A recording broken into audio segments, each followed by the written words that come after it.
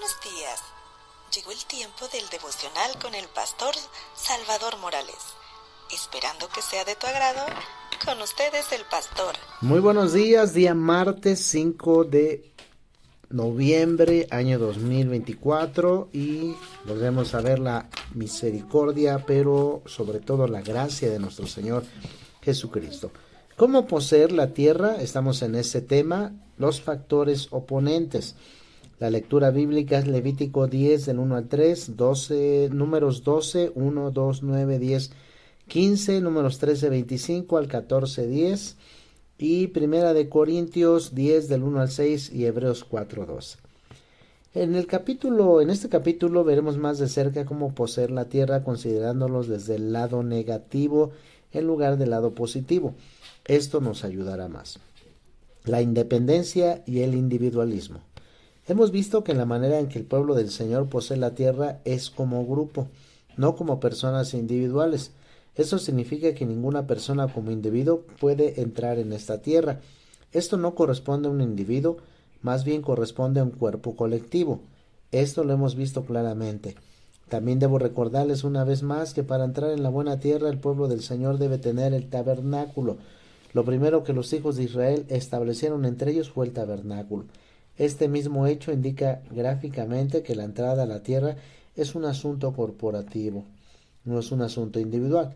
Para poseer la buena tierra tenemos que ser edificados y todos debemos estar unidos en un solo cuerpo como el tabernáculo. Hemos visto claramente que el disfrute de Cristo es una progresión, un desarrollo continuo. Hay un comienzo y hay un proceso. Hay una manera de mejorar y avanzar. Comenzamos con el disfrute de Cristo como el Cordero. Luego, al seguir adelante, llegamos al punto de que Cristo es para nosotros el arca del testimonio como el aumento del tabernáculo. Este aumento, este agrandamiento del arca es un grupo de personas que han sido mezcladas con Cristo y edificadas juntas en la naturaleza divina. Son edificados en un solo cuerpo como la misma expresión de Cristo, quien es la manifestación y el testimonio de Dios. Es necesario entender claramente que en esta etapa, estas personas que continuamente han disfrutado a Cristo han llegado a ser uno.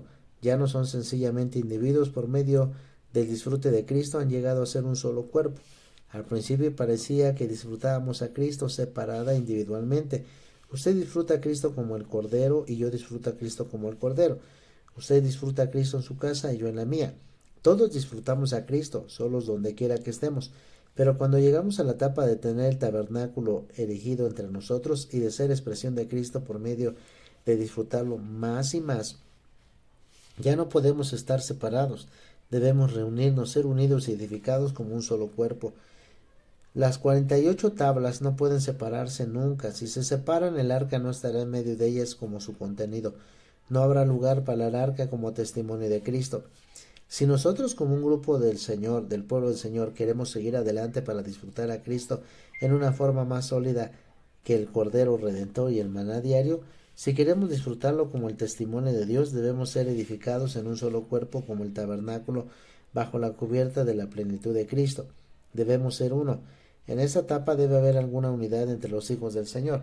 Esta unidad es el tabernáculo como el ensanchamiento del arca. Nunca podremos avanzar mucho por nuestra propia cuenta, de una manera separada e individual. Así podemos recibir a Cristo como nuestro Redentor, podemos disfrutarlo un poco día tras día como el maná y aún lo podemos disfrutar como la roca de la que fluye el agua viva. Como individuos en verdad podemos disfrutar a Cristo a tal punto, pero no podemos ir más allá y disfrutar a Cristo en una forma más sólida. No podemos disfrutarlo como el arca del testimonio de Dios, ni mucho menos como la tierra.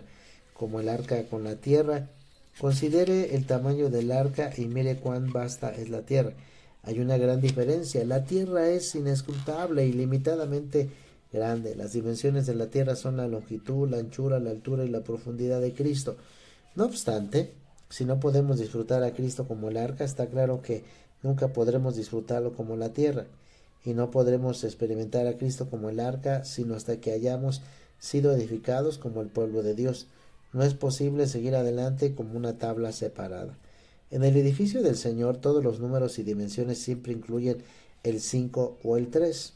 Es así como la obra del de la obra de edificación hecha por Dios a lo largo de las Escrituras, en el arca de Noé, en el tabernáculo, en el templo de Salomón y en el templo descrito en Ezequiel. Todos los edificios usan los números básicos 5 y 3. ¿Por qué? Porque el número 3 representa al Dios Trino en resurrección y el número 5 consiste en 4, el número que representa la creación, más 1 el creador. La criatura más el creador son 5. El hombre más Dios llega a ser el Dios hombre, que toma la responsabilidad. Por lo tanto, el número 5 representa a Dios y al hombre y a Dios, juntos como uno para tomar la responsabilidad. En todas las dimensiones del tabernáculo vemos estos dos números, 5 y 3, lo cual significa que el edificio de Dios está constituido del Dios Trino en resurrección mezclado con el hombre. Notemos ahora el ancho de las tablas no era de 3 codos, sino de 1,5 codos y en otras palabras, la mitad de 3. Esto es lo más significativo. Quiere decir que usted no es una persona completa, solo es una mitad. Debe unirse a otra persona. El Señor Jesús siempre enviaba a sus discípulos de 2 en 2. Saulo y Bernabé fueron enviados juntos, no separados. Pedro y Juan servían juntos. Siempre eran de 2 en 2. Si usted va solo, solamente va una mitad. Por ejemplo, cuando un hermano llega a la reunión, podemos decir que solo es una mitad. Cuando la esposa entra algunos minutos después de ahí, la otra mitad, llega a la otra mitad. Cuando se sientan juntos, tenemos algo completo. Queremos imprimir esto en su corazón, que usted no es una unidad completa, solo una mitad. Necesita estar coordinado con el cuerpo. Nunca puede ser simplemente un individuo. Si es individualista, sufrirá daño. Es bastante difícil aprender esta lección. Se hace mucho más hincapié en la independencia y en el individualismo, y los hijos del Señor han sido afectados por esto, pero como el pueblo del Señor no podemos ser independientes. Si lo hacemos, nos suicidamos espiritualmente. Supongo que mi odio pudiera decirle a mi cuerpo, mi oído puede decirle a mi cuerpo, no quiero estar unido a ti, quiero estar separado, independiente. ¿Cuál sería el resultado de su independencia? Sería la muerte del oído. Como miembros del cuerpo del Señor debemos estar unidos unos a otros, en teoría, no solo en teoría, sino en realidad y prácticamente. El oído debe estar unido a un pedazo de piel, y ese pedazo de piel debe estar unido a otra parte, esa parte a otra, y así sucesivamente hasta tener todo el cuerpo. Ninguna parte puede ser independiente de los demás. Tenemos que ver esa realidad. No es un pensamiento o enseñanza bonita, sino una realidad.